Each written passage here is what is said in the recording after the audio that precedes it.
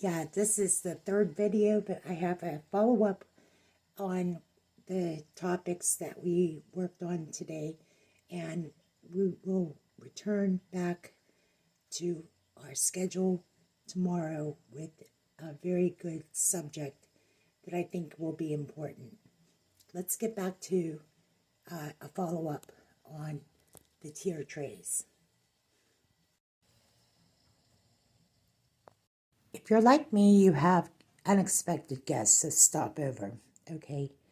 And what I wanted to do with the tier tray is do part two to show you what I did to accent the tray, to give you an example how to use it. Now, I have these they're almost like flashcards. You can add your own thing. This is for hot cocoa or espresso, lattes. So you have different images. Got the sun. You see what you would do with the foam. You would create cappuccino art, more or less. So I wanted to show you what you could do with this tray. Now, I decorated it. It's still drying.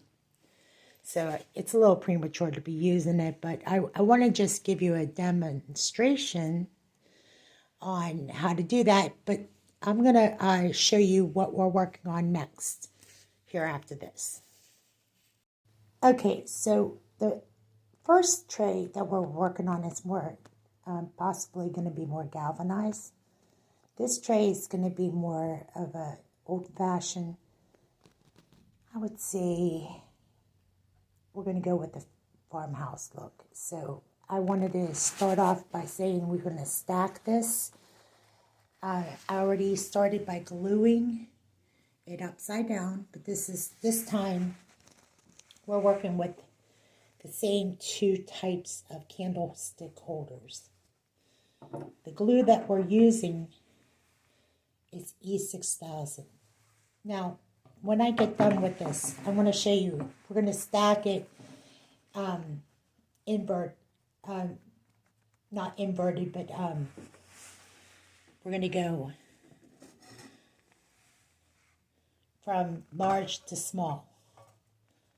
Now, it's going to be a lot smaller of a three-tier tray. So when I get done with it in the magic of video, you'll see how we work this magic and we'll put it together for all of you to watch.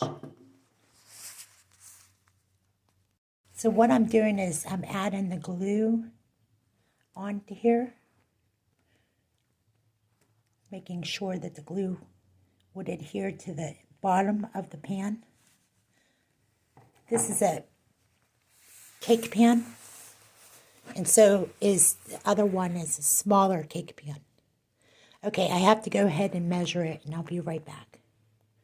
So I went ahead and measured it, and what I'm going to do is take this candlestick, and I'm going to do the same thing. I'm going to flip it upside down and glue it, and I'm going to add the smaller pan to the top, and I'm going to show you the finished product.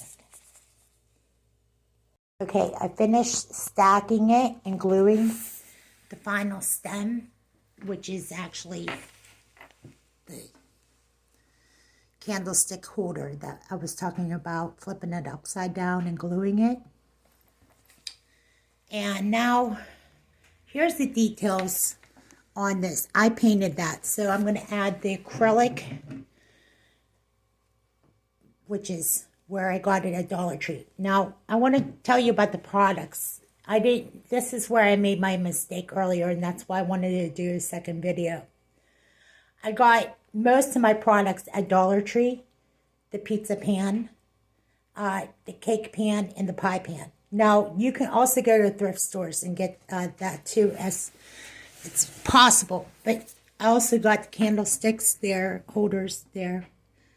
The paint I got at Walmart, and you could go with chalk paint, but I would recommend doing something simple If you are artistic like this and you can do the acrylic paint and etch it like this, I say go for it, okay? But I didn't want to leave out where we got a lot of the products because Dollar Tree has the candlestick holders. Now, I want to switch you over to the other tray. Okay. See, that's the old candlesticks that I got at Dollar Tree, okay?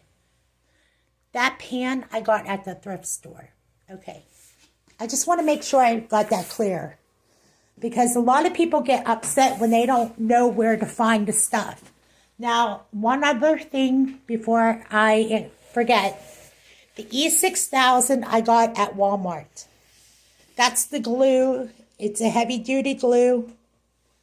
Let me make sure I don't lose you here. Okay. E6000.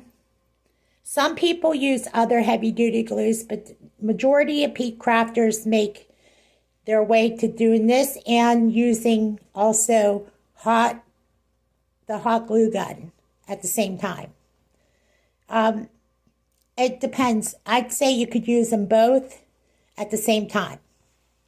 I want to make sure I said that. I was really, really frustrated with myself earlier because I didn't mention that. That's why I did this second video. All right, so I have to paint this, and it's going to take a while. So I will post a follow-up video on the paint and the final project another time. But that's about it for now. Just make sure you know where to get this stuff. Walmart, Dollar Tree. This was at the thrift store. That was at Dollar General. That was clearance. I hope I'm not forgetting anything, but you'll see the finished product when I'm done. And that's it for me. Thank you for watching, and I will post the rest of this video in a few minutes. Okay. All right, after allowing it to dry for a couple hours, I did paint the two top tiers to match the bottom tier, and I wanted to show you what we did earlier too so that you get an idea. I also have a demo that can give you an idea how to decorate a 3-tiered tray, and that's important to this video. So we did this earlier today, and what I was trying to do is demonstrate to you how to use this tray. Now, all these products and all these things that it takes to make and create this takes time, okay?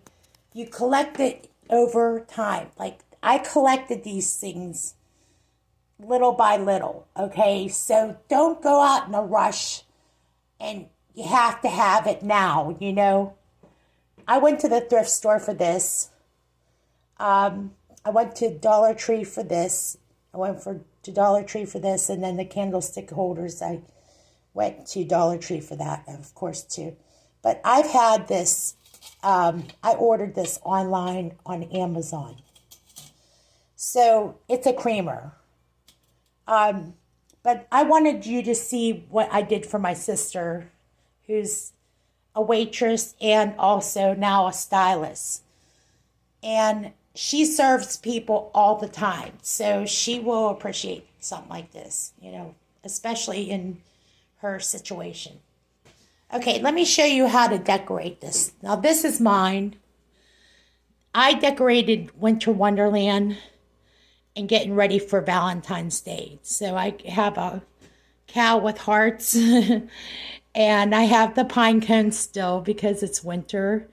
And then I have a little, like, I've shown you this globe. I just love this, but still has jingle bells. And then don't forget my favorite toy,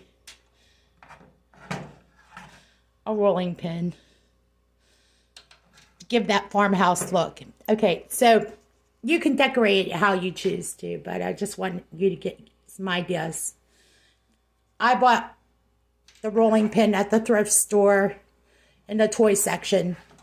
You can go to the toy section to get that. Okay, let's go back to what we were doing before. The Lord tells us to not hide our talents and share it with others. So I wanted to share this segment by saying we should share each other's talents and do it in a way that pleases the Lord. So we're going to talk about that segment in the next episode.